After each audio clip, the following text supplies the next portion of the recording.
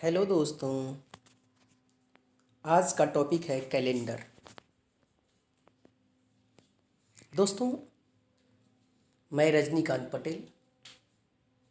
Calendar को हम लोग इस तरह से पढ़ेंगे जिसे एक बार पढ़ने के बाद कभी समस्या नहीं होगी।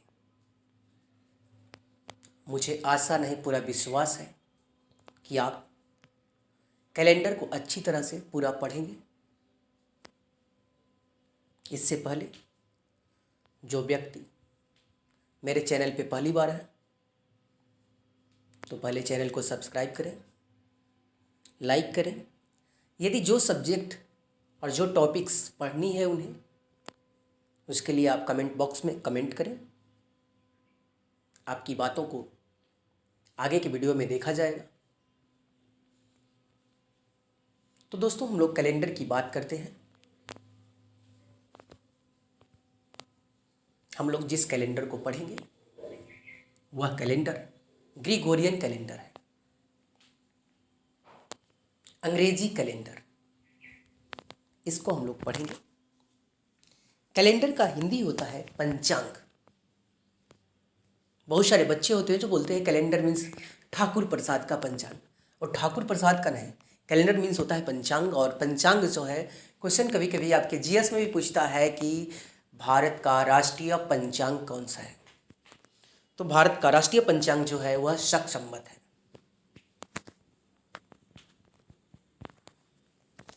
अब कैलेंडर होता क्या है? कैलेंडर दिन, मंथ, वीक और ईयर। कैलेंडर क्या है? ईयर, मंथ, वीक और डे में सामंजस्य स्थापित करता है। अब बात होती है कैलेंडर की।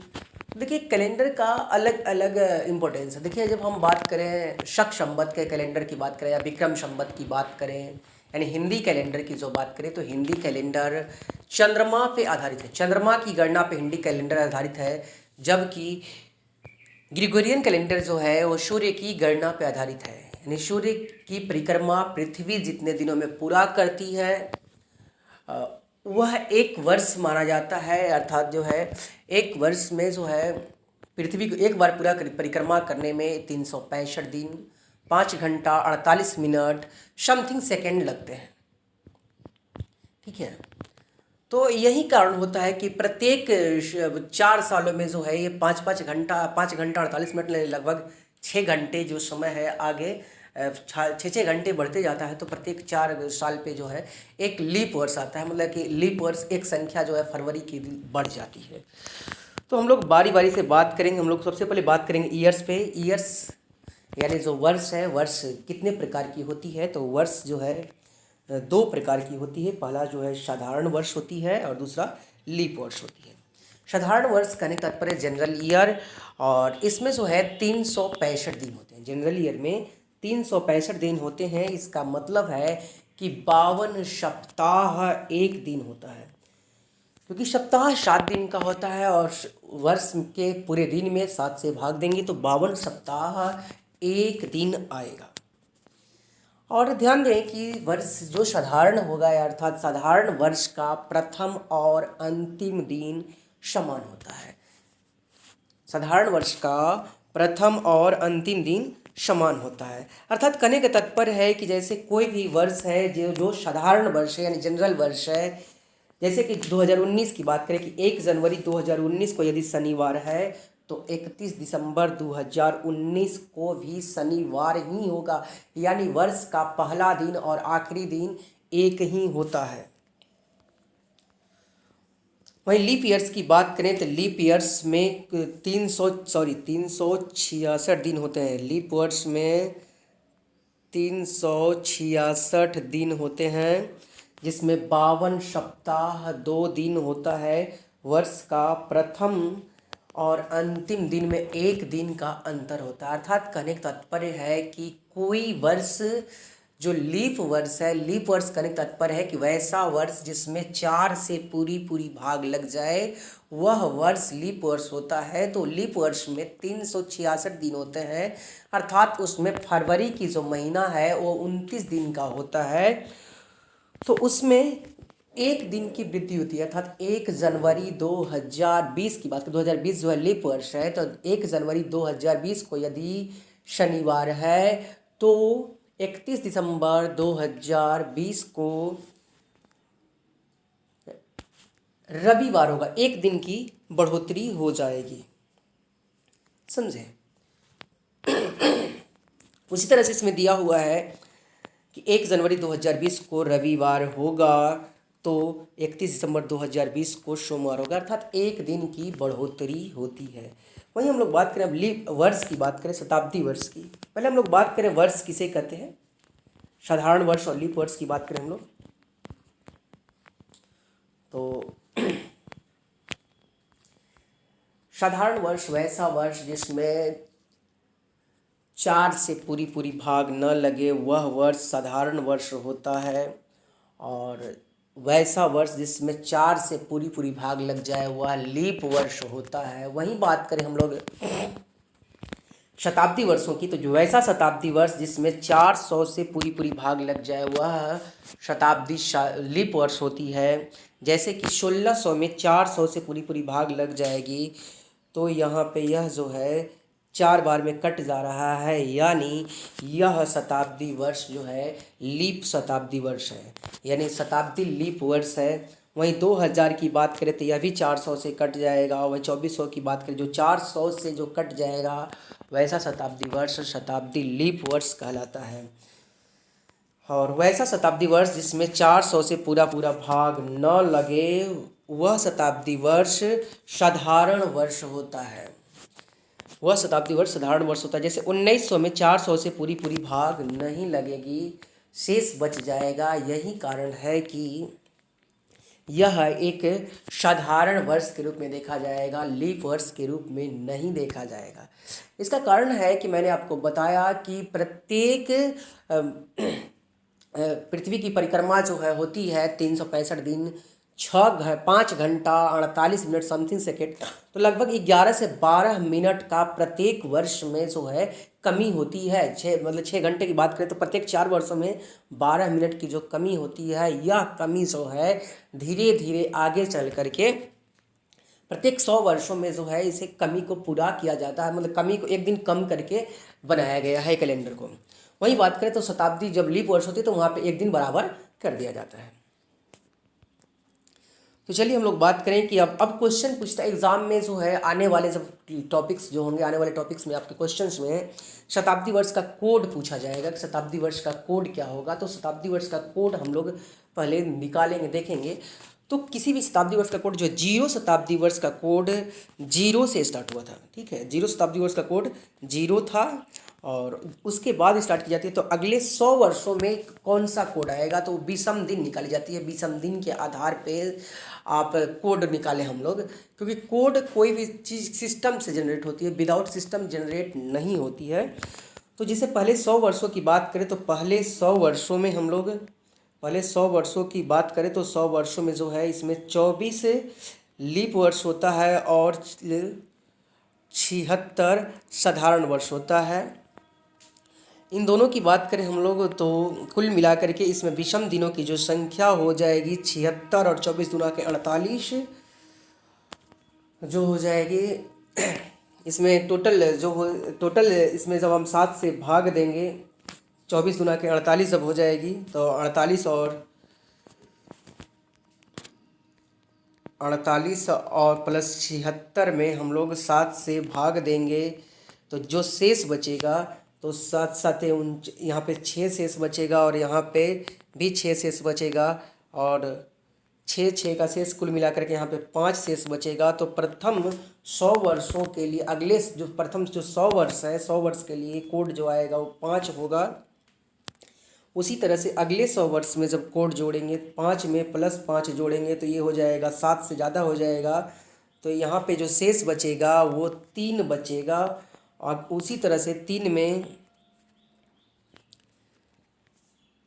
3 में अगले साल जोड़ेंगे, 3 में जो है 5 जोड़ेंगे तो वो हो जाएगा 8 और 7 से भाग देंगे तो एक शेष बचेगा, तो ये एक शेष उसमें कोड होगा।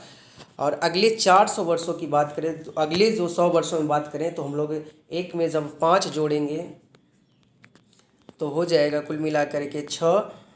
और यह अगला जो है लीप वर्ष है, शताब्दी लीप वर्ष है, इसमें क्या हो जाएगा कि 6 दिन, इसमें एक दिन जुड़ जाएगा और 6 एक को टोटल मिला के कितना हो जाएगा 7, और 7 में 7 से भाग देंगे तो हो जाएगा शेष फल 0। तो इस तरह से इस 400 शताब्दी वर्ष का कोड हो जाएगा 0।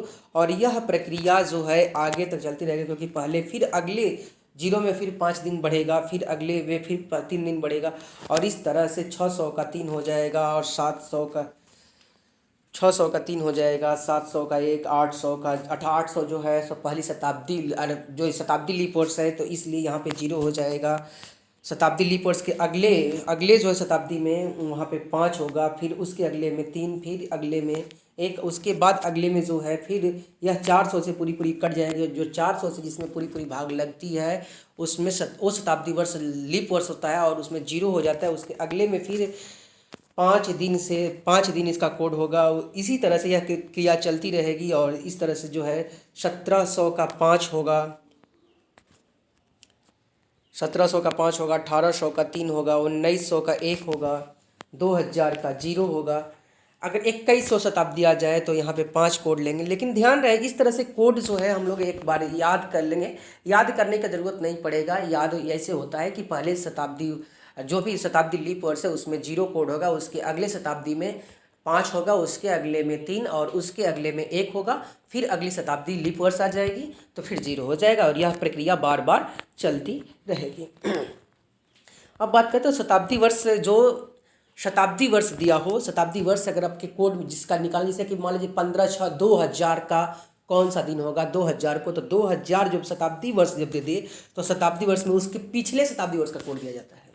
शताब्दी वर्ष के लिए पिछले शताब्दी वर्ष का कोड दिया जाता है। जैसे कि मंथ की बात हम लोग जैसे बात करें कि 15 जनवरी 2000 को यदि कोई डेट था, कौन सा दिन था, तो उसके लिए जो हम जब डेट देंगे इसमें जब आगे जब हम पढ़ेंगे तो उसके लिए जब हम लोग कोड देंगे तो वहाँ पे 2000 का कोड न दे करके 1900 का कोड, यानी 2000 का कोड जो 0 था 0 न दे करके हम लोग वहाँ पे 1900 का कोड देंगे, यानी 1 देंगे।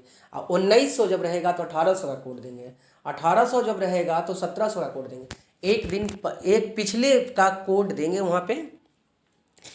हाँ, जब वहीं 2000 है 2001 हो जाएगा तब 2000 का कोड देंगे।